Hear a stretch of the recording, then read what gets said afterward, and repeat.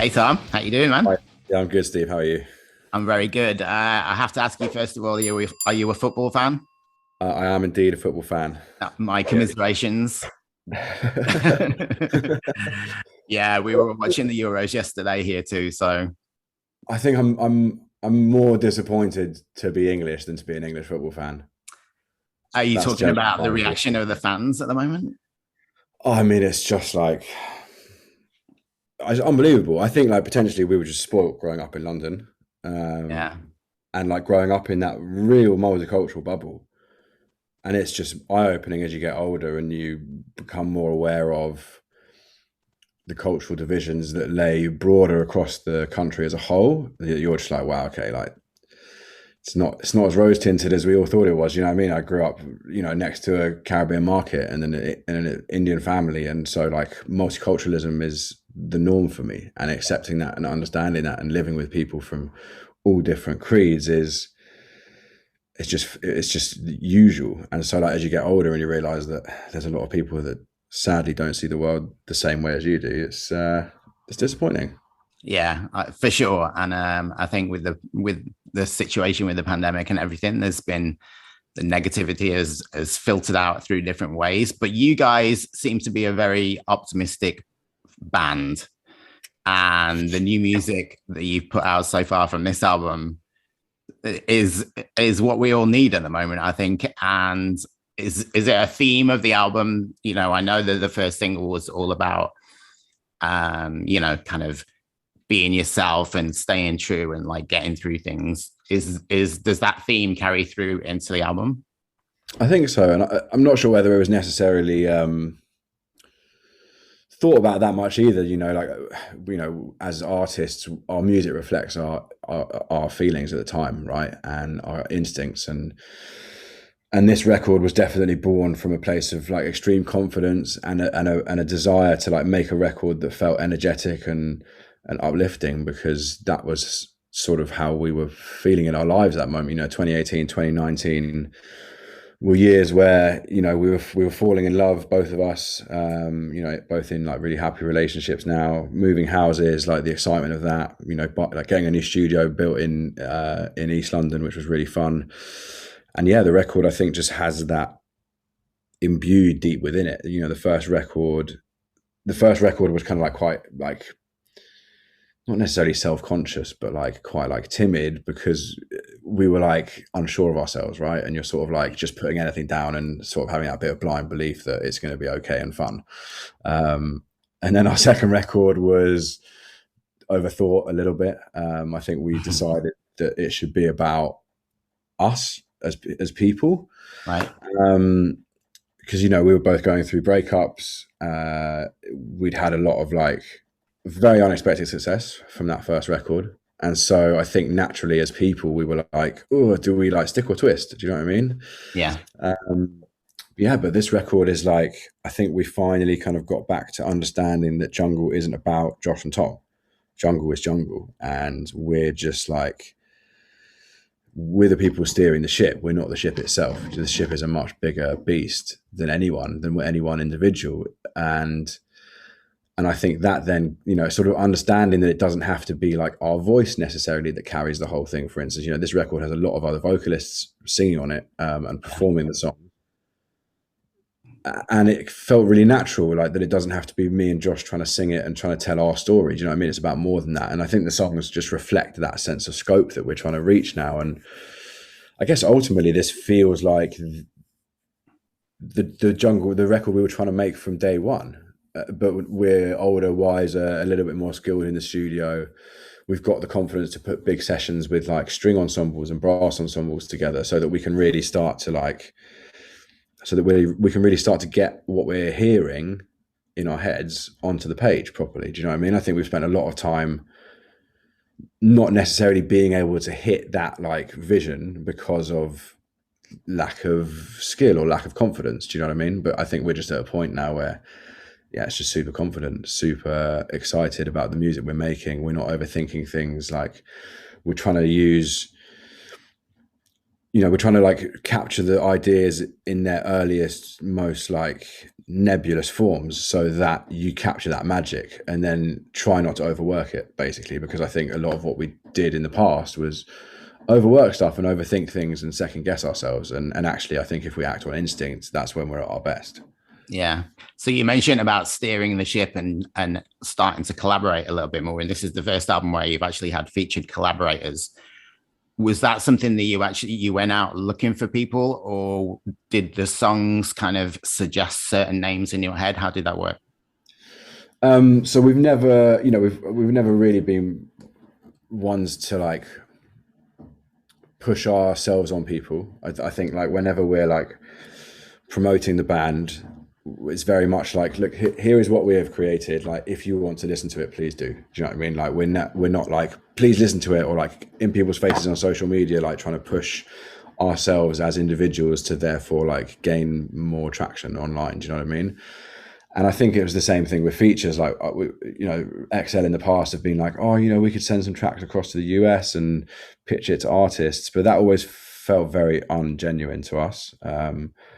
You know, we met Bars, who's the rapper from Queens who performs on Romeo. Met him backstage at a festival in Coney Island, and he just like bounced into our dressing room after we played a set and came and chatted to us and was just amazing, and a really lovely guy.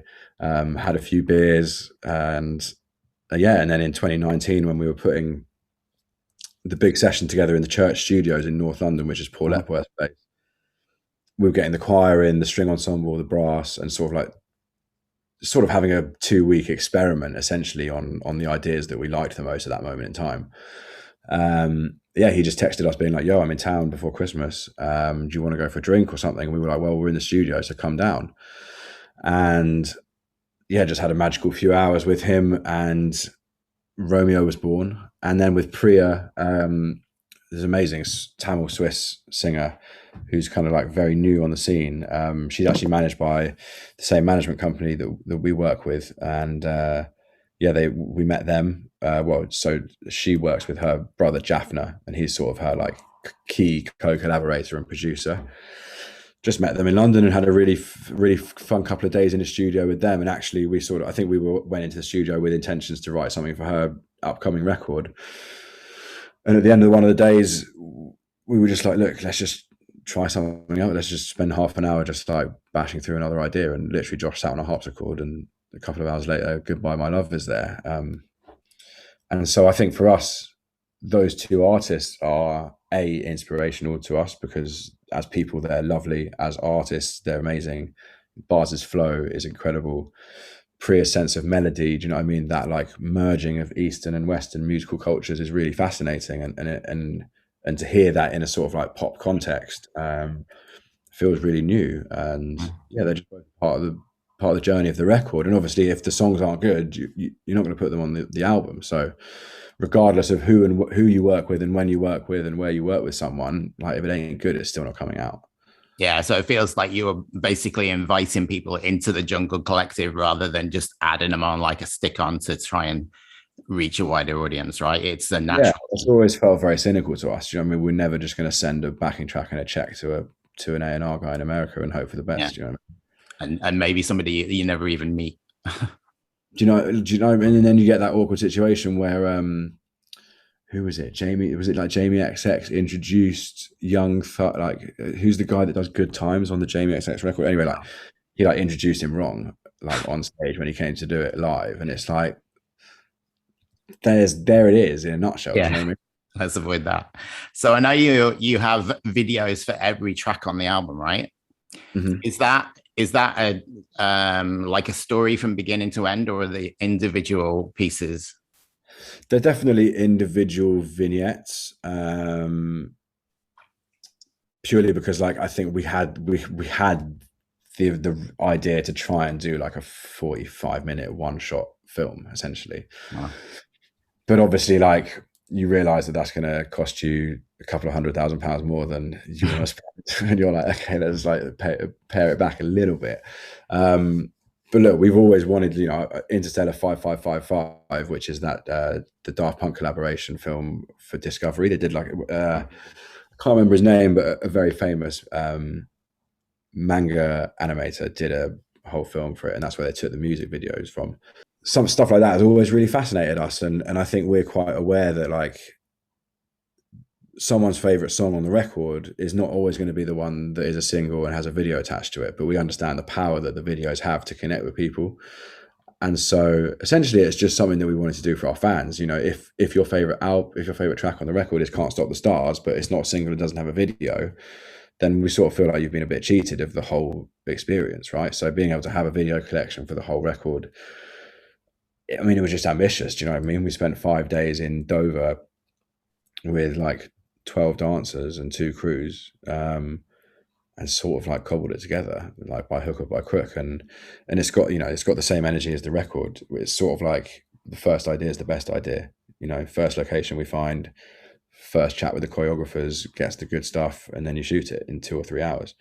Yeah, it was just wild and really fun, and I think like, and probably something that we wouldn't have been able to do if we hadn't sort of like taken the chance to sort of fly the XL nest and do things on our on our own terms and under our own steam. Do you know what I mean? I think there would have been a lot of people at a record label, which is fair enough because it's a business, going, or like, you don't need 14 videos, it's a bit extravagant and you're going to spend way too much money. But we're sort of at the point now where it's like we can do whatever the fuck we want to do, so let's make 14 videos. So speaking about being able to do whatever you want to do, you're going to be, hopefully, keeping all our fingers crossed, you're going to be in Montreal in October.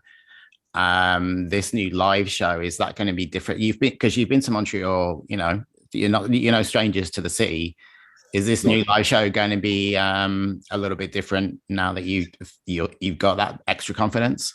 Yeah. So there's a couple of new musicians coming out with us. Some of the guys that we've been playing with for the last 7 or 8 years decided to go and do their own thing and pursue their own careers, and use the opportunity and the stepping stone that we've given them to go and like spread their own wings. And we're really excited for them. Like, a couple of them are going to be releasing some new music soon under their own names. And so yeah, new band is in quite a lot of ways, and yeah, I think visually it's going to be quite different to what you've seen before. I don't want to give anything away, but it's going to be really fun and really exciting, and I think, like, again, just reflective of the record, I think it's going to feel like we've finally kind of got to a place in terms of how the live show looks, which is what we were always trying to get to in a way, but probably didn't have the means or like, venue size or, the sort of like the technology or the like the creative direction to actually achieve that and visualize that properly yet. So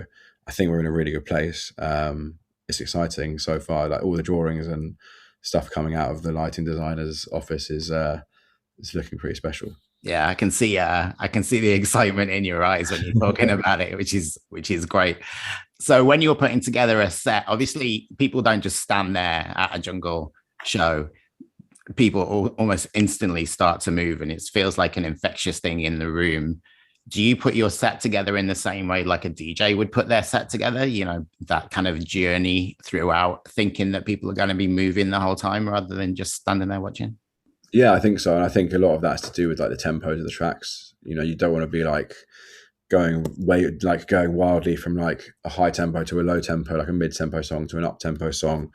You sort of want to find those 3 or 4 songs that are around the same tempo range and use those in a certain section to keep people in a certain vibe. And yeah, like, you've definitely got to take people on that journey. I think our records are sonic and emotional journeys in their own rights as well. And that's something that I think we're, in a way, like, it's almost impossible to do it with a band. Like, it'd be great eventually to have like to play a live set like a DJ set. Do you know what I mean? Almost with like the music never stopping, but. We also understand that it's quite nice for the crowd to like stand there and cheer and shout and you to have a bit of interaction with them during like changes and things like that. So yeah, there's definitely going to be a great flow to it. It's weird now having 3 albums to play. You're like, fuck, you've actually got to drop some stuff that we really like. And also, like, you're going to disappoint people. There are songs that we're not playing in the live show that people are going to be like, why aren't you playing that song? But we're in a phase now where like we love this new record and we want people to hear that as much as possible. And you just go through different phases of liking different things. Cool. Well, I look forward to seeing you in Montreal in 3 months' time if the world stays on track and corrects itself. And we're excited to hear the album. The album is called Loving in Stereo. It comes out August 13th, right? Yeah, indeed. So perfect timing for the summer and everybody hopefully feeling a bit more optimistic. So yeah, thanks for spending some time talking with me today. Thanks, Steve. Much appreciated. Take care. Yeah. Cheers, Tom.